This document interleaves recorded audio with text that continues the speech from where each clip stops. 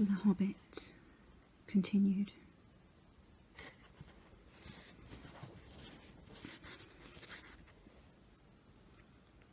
I beg your pardon.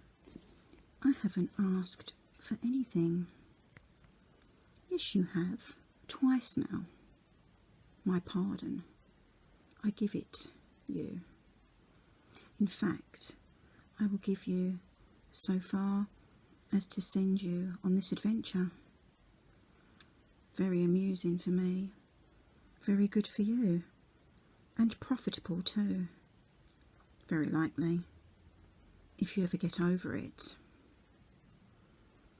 Sorry, I don't want any adventures, thank you. Not today. Good morning.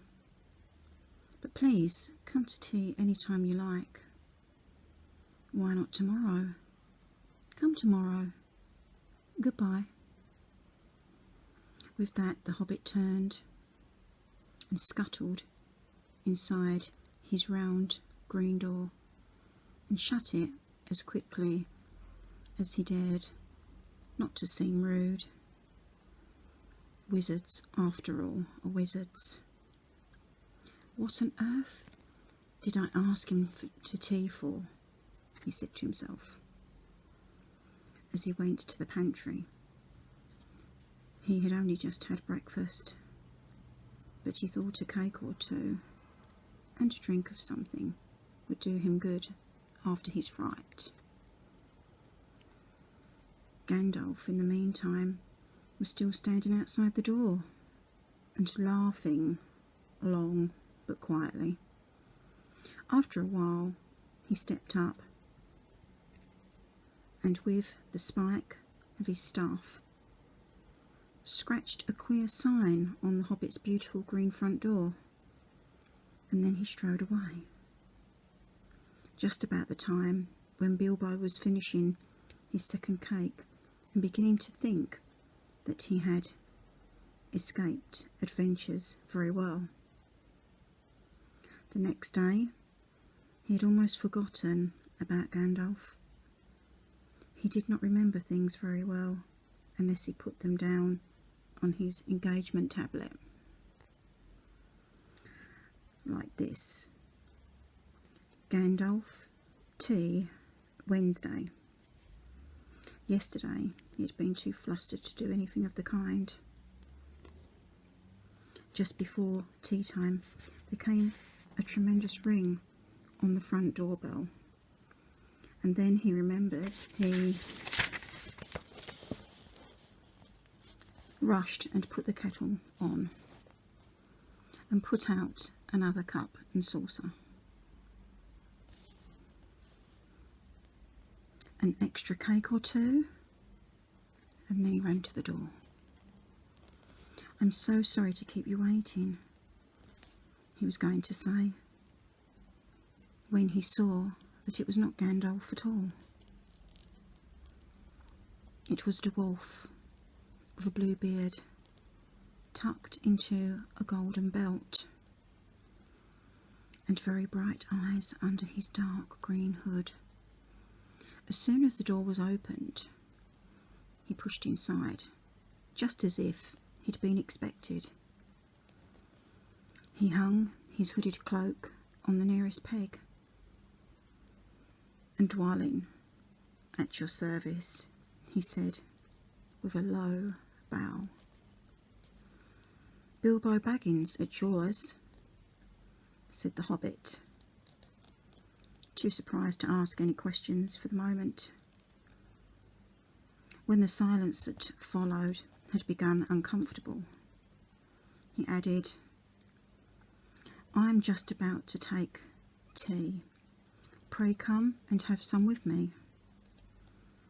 A little stiff perhaps, but he meant it kindly. And what would you do if an uninvited dwarf came and hung his things up in your hall without a word of explanation? They had not been at the table long.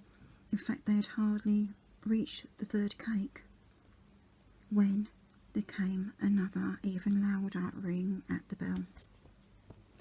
Excuse me, said the Hobbit, And off he went to the door. So, you have got here at last. That was what he was going to say to Gandalf at this time. But it was not Gandalf. Instead, there was a very old-looking dwarf at the step, with a white beard and a scarlet hood. And he too hopped inside as soon as the door was open, just as if he'd been invited. "I see there have begun to arrive already," he said, when he caught sight of Dwalin's green hood hanging up. He hung his red one next to it. "And Balin, at your service," he said with his hand on his breast. "Thank you," said Bilbo with a gasp. It was not the correct thing to say, but they had begun to arrive, and flustered him badly. He liked visitors, but liked to know them before they arrived, and he preferred to ask them himself. He had a horrible thought that the cakes might run short, and then he, as the host, he knew his duty and stuck to it. However painful, he might have to go without.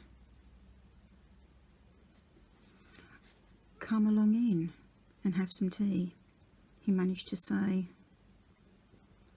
after taking in a deep breath. "A little beer would suit me better, if it is all the same to you, my good sir," said Balin with the white beard. "But I don't mind some cake. Seed cake, if you have any?" "Lots," Bilbo found himself answering, to his own surprise, and he found himself scuttling off to the cellar to fill a pint beer mug, and then to a pantry to fetch 2 beautiful round seed cakes, which he had baked that afternoon for his after-supper morsel. When he got back, Balin and Dwalin were talking at the table like old friends. As a matter of fact, they were brothers. Bilbo plumped down the beer and the cake in front of them, when loud came a ring at the bell again, and then another ring. Gandalf, for certain this time, he thought, as he puffed along the passage. But it was not. It was 2 more dwarfs, both with blue hoods, silver belts, and yellow beards, and each of them carried a bag of tools and a spade. In they hopped as soon as the door began to open. Bilbo was hardly surprised at all. To be continued.